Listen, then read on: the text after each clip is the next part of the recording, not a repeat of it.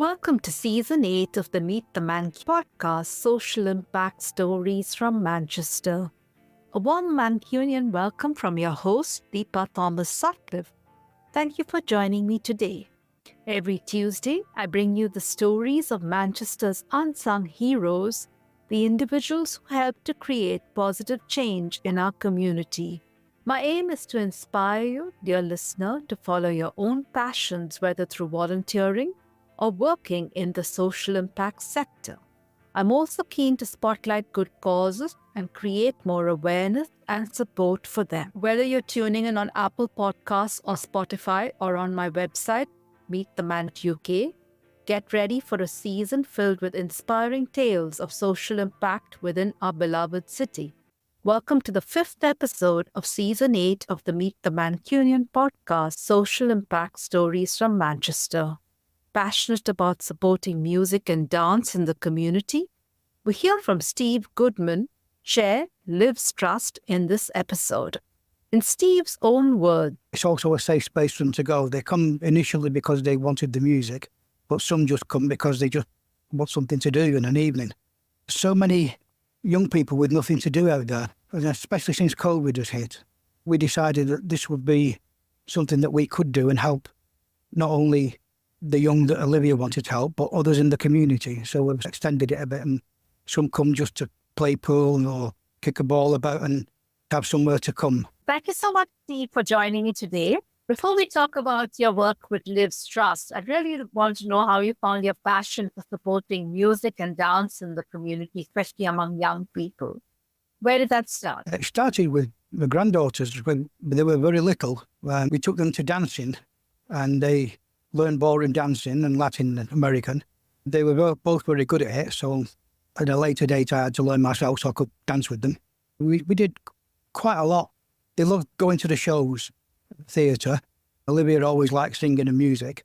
We decided that this was probably the best thing we could set up for her as a charity. Because it was her passion. And tell us more about how you got involved with Lives Trust and what does it do. I know you set it up when you lost your granddaughter during the arena bombing.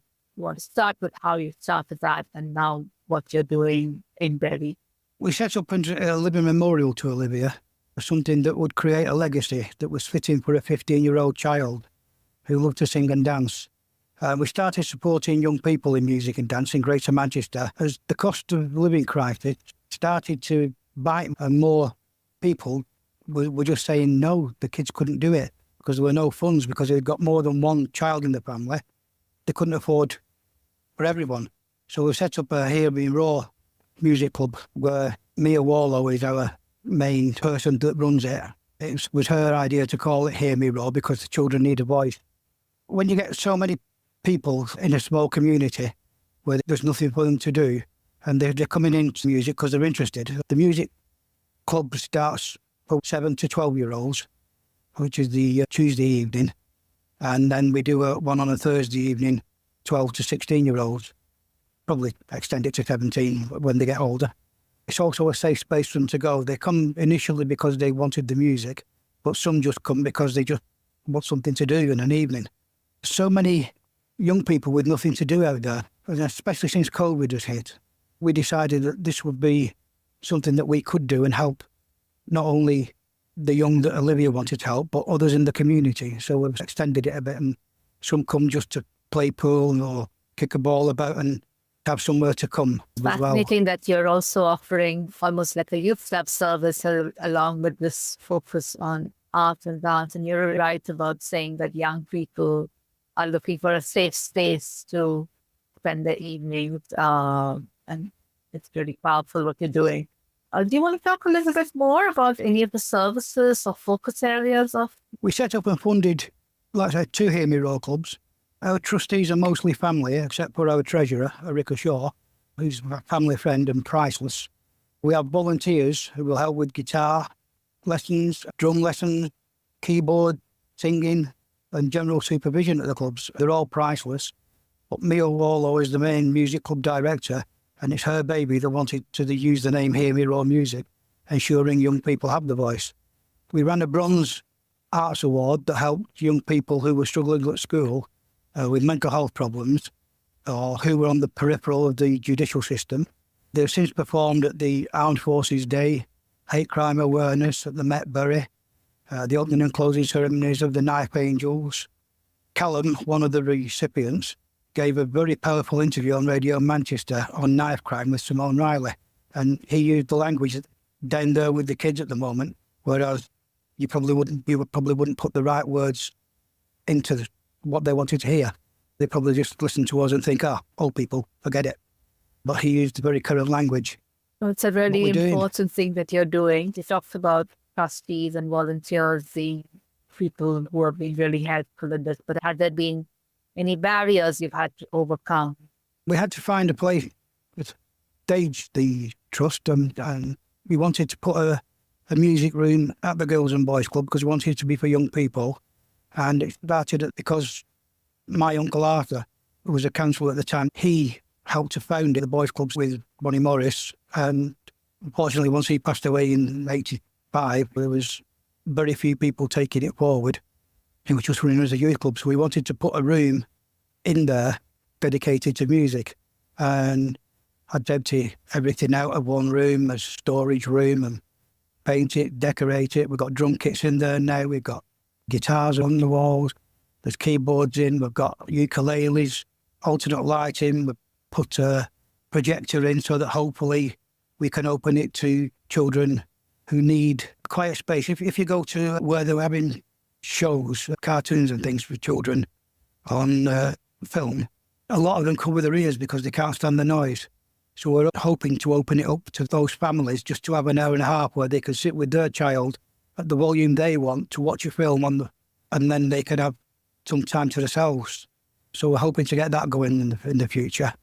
The ones that run the Boys Club, Reece and Craig, have been excellent with helping us, but a lot of the work's come down to myself and Colin that runs the Woodies from there. I've done quite a bit at it now, and we're getting there. We're starting to achieve things now. I can imagine that finding the space and then finding the right services and the experience for young people and their families is so important. It talks a lot about getting young people find their voice and hear me roar or hear us roar. That was lovely. Can you tell us a little more about the impact you've made on people, young people and their families? We've supported them through college, from universities, through dance schools and things, because there's nothing for them. There was always plenty of funding for sport. If people wanted to play football or do netball and things like that, there was sports funding, but there's nothing for the ones for the arts. And Olivia wanted to be a music and dance teacher, so this was our way of giving something into it. We've helped one young lady get her master's in London for the clarinet. She's now gone on to teach. We've helped others to achieve their dreams, cruise ships. She's got there. Got one young lady in the West End. We've helped them to come through doing these things, and it's been an absolutely passionate experience. We've got 5 Mountain View College, and we're helping one young lady in her dance career. Okay. And really marvellous. And we've got 5 young ladies currently at the local Lark Dance School as they're doing things. And we've helped a couple of teachers to get their exams so they could then carry on to teach. We've made quite a bit of an impact in such a short time. It's quite surprising to us. We never thought we'd do it. Just thought we'd be able to give out some recorders to a school or a pair of dance shoes to somebody that needed them. Love what you're doing in terms of giving people future careers through music and art, as well as helping teachers, funding them as well so that they can follow their passion. That's wonderful. What advice would you have for people looking to start something similar in their local community? You talked about a lot of things being available for the sports, but not as much for the arts. So if people want to do this across the UK or in another part of the world, how should they get started? I would hope that what happened to us doesn't happen again and doesn't happen to anybody else. But what I would say is listen to the young people and what they want and their need, because they are any country's or community's future. Hear them roar. The best thing I can say is listen to them, invest in them. Absolutely very important. Is there a common myth about your area, about dance and music that you'd like to bust? It's an experience. When we went to speak about things, either at the local Kesra Mosque in Cheetham Hill, wherever we've been, the young people don't get any help for it. And when you ask them if they want to do sports, they don't. They want to do DJing, mixing things, singing. They love singing. They want to hear the music. They want to dance, even if it's only in their bedrooms and among themselves. So they want something like that. And none of them really wanted to go into sports and things. And there was nothing local for them in most of the communities. We found very few. The Kesra Mosque does do their own dancing lessons for their own type of dancing. So they're really forward thinking in what they do, and they're doing everything in their own communities. They're not just doing it themselves, they're doing it for everybody that lives in their community, whatever their colour, creed. Let them into the mosque and talk. We've got an olive tree in the Peace Garden in memory of Olivia. It was about a sapling when we planted it, about a foot tall. Now it's 6 foot plus and wider than me. And it's just incredible that the work that they do as a community, and that we're proud to be a part of them. This is really important to share. An opportunity for you now to talk about anything I haven't asked you about, anything coming up over the summer or autumn. We're doing a couple of events in Bury on the Rock. On the 18th of May, we'll be doing our memorial to the 22 victims. There'll be peace hearts and things out there for people to take, and we'll have the local choirs, Bury Community Fire Choir and the Encore Youth Fire Choir will be there singing. We'll have the girl that won Radcliffe's Got Talent that we've sponsored, so involved in music. She's another amazing young lady that's come forward from it all. And we've had people that have been very shy and unable to speak, a lot of autism, different types of autism and on the spectrums, various things. And they all come now, and they said it's a place where they feel safe coming to the club. So if you can do something like that to help your community, to create these spaces and help, there's nothing you can do doesn't have an impact on somebody else. So it might as well be a positive one. And I would say to anybody, take positive steps forward. And we did speak to Katie Peter, who's also part of the choir director. She actually connected us. Shout out to her as well, and the entire choir. I was just going to say she's one amazing woman. Moving to the signature questions I asked all my guests. And the first one is, if Manchester was a colour, what colour would it be and why? I would like to say coffee coloured, because it's just a blend. We've got so many different cultures, creed, people, pale pinks to deep black, brown, or whatever we have. We've got so many regional people, and there's not that much trouble among the general public. It's one or two idiots you get in every community. Manchester is just an exceptional place. And like I say, we've hundreds of different dialects and people that just get on. And a really special city, I must say, as a new Mancunian who's experienced that. If you could choose a famous landmark in Manchester to represent you, which one would that be and why? I would like to think it could be the Church of the Hidden Gem in the centre of Manchester, St Anne's Church, because there's so much within Mancunians that people can't see. And of course, the Hidden Gem, until you go through the doors, you have no idea what beauty there is inside. I don't think I've been there. I must make a visit. It sounds really wonderful. It's beautiful. Once you go through the doors, there's no place like it. Actually, it's so important. If you could trade lives with someone in Manchester for a day, who would that be and why? I think I might like to be one of the High Court judges, because from what I've experienced and heard, there's very few understand the real world. And I'd like to be able to give some judgment on that, or talk to some of those about what they do. We have some excellent lawyers and solicitors and barristers, but the people that come down to making the final decisions don't seem to understand the people's basic needs. That is a really interesting one, about bringing a bit of real life perspective to judges who are making very important decisions. So really good shout out. What important life lesson you've learned so far? To live each day as it comes, to take nothing for granted. Anything can be round the corner that you've no idea what you're going to do. Live each day as it comes. Live your life for what you want. Follow your dream. If you're young, follow your dreams, because there's only you can achieve them. If you're old, you've had your chance and we've not done it. Let the young ones have their day. We used the tagline "We Choose Love" because after the time of the arena, there was a lot of racist comments going around on social media. I wasn't a great believer in social media at the time. I didn't know a lot about it. I've learned more since. There was hatred, and it was across colour, across religion, and no need for it. There's just let people live their way, and you live your way, and let all that go on. So we decided that we wasn't going to generate hatred.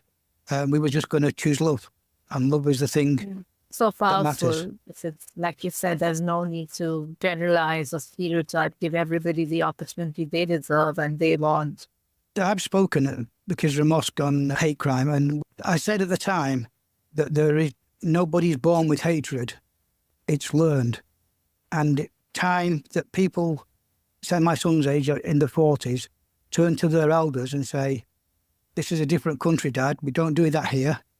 Turn to their sons and say, "There's no need for this. Don't carry a blade. Don't go out fighting. Just go out and enjoy yourselves and have your lives." And to the mothers, please don't lose any more of your sons because you're afraid to speak out to your husbands. And I got a massive round of applause from the Kesra Mosque itself. They completely agree. And they've got the banner that was painted in the cathedral, "We stand together." Yeah. I think it's such an important thing. So many opportunities to help each other and to make positive impact and positive difference. Something that the podcast likes to do in a small way by shining a light on the cause like yours and encouraging people to get involved. What's the most important personality trait somebody would need to be successful in your role? Probably to have a lot more energy than I've got, to start it younger, and to have the intelligence without having the PTSD, because once you've got that, it's very difficult to focus. And when you've had a series of illnesses and you've been on the high pain relief drugs and things, you have to stop, think, get your mind going, and it doesn't bode well for the older generation because most of us have illnesses at some time and have to take these things. So that's why I say let the young have their day, listen to their voices and give them the chance to look after us. How can interested people reach out to you and learn more? We're mainly on Facebook, Lives Trust CIO. We can be contacted through that. Our treasurer does put us on Twitter and the other forms of social media that she does, Snapchat and things, so we should be on them. We just like to say thank you to everybody that's helping us currently and that has helped us, particularly at the moment, because Radcliffe is being regenerated in the centre. We used to be on the bandstand selling our pre-loved goods to raise funds for the children and for the college educations and things. They've knocked the shops and things down in the centre, but they have given us some premises to work from, and it's making a tremendous difference to us to be able to keep going, particularly this year through the winter that we've never been able to do before. So I thank you to Bury Council for that, and to anybody else that's supporting us, really. Like I say, we've got the charity shop in the centre of Radcliffe next to the antique shop on Blackburn Street. So if anybody wants to call in and they can make donations or purchase goods, we like to think we're the cheapest charity shop in Radcliffe. Thank you. Hope people do visit and support the cause. Is there a funny or a heartwarming story you'd like to share with listeners to end the podcast? You talked about so many people whose lives were transformed. I have two quite nice ones, really. The first one was the first young lady we supported. Her mother got in touch with us. She used to do Irish dancing. I don't know whether she still does. I believe she does. She needed a new pair of shoes because hers were getting too small. Would this be the sort of thing that we could support with? Her mother at the time was a nurse at Manchester, but she just had a baby and hadn't got back to work, couldn't afford it. So we got her both sets of Irish dancing shoes, pair of socks, wrapped it up as a Christmas present and gave it the mum to wrap for Christmas. And it was like a touching moment. And when she came to the opening of our charity and danced for us all, it was an incredible experience to watch the young lady mention doing it. And we had a young man who was very much on the autistic scale, and he wouldn't go to school for his mum. She had a battle with him every day. But all he liked to do was sit and pick at a toy guitar. So we got him guitar lessons within Bury Music and at school. And then we got a message of his mum saying he liked to go one day a week. He liked to go on the Wednesdays. And we said, well, he doesn't go the rest of the week. The Wednesdays could be stopped. This was when he was 8 years old. By the time he was 11, he was playing in a trio and at school and going every day. And he turned his life and his mum's life around. And it was absolutely incredible that we could do something like that. Both are really amazing stories. And I could tell you the second one, like you said, it's the power of transforming lives through small things. Through the power of music, it's just unbelievable. And music suits soul, they say, right? They say it's the last thing to go when your mind goes. Thank you so much. It's been a real pleasure to talk to you today, Steve. Thank you so much for being on the podcast. Thank you. Steve, I really enjoyed learning about supporting music and dance today. Dear listener, thank you so much for listening to the 5th episode of the Meet the Mancunian Podcast. Tune in every Tuesday for a new episode, or log on to meetthemancunian.co.uk to listen to all the episodes and learn more about my podcasting story. Next week on Tuesday, 9th July 2024, I speak to Shanaz Hussain about supporting education in the community. Thank you for joining me on the Meet the Mancunian Podcast, Social Impact Stories from Manchester. I hope today's conversation has sparked new ideas and inspired you to act in your community. A big thank you to my wonderful community for your continuous support and valuable feedback. Your stories shape the very essence of my podcast, driving me forward with purpose. I'm eager to hear your thoughts. Visit my website at meetthemancunian.co.uk to share your insights. And remember, this podcast is your platform too. Let's stay connected on social media. Find me at @MeetTheMancunian on Instagram and Facebook, @MancunianPod on X, and @Meet the Mancunian Podcast on YouTube. Together, we're more than just listeners. We're a vibrant community dedicated to making a difference in Manchester. Spread the love by sharing, commenting, and engaging with my guests and me. Keep fostering connections and always remember the power to change the world lies within each of us. Until next time,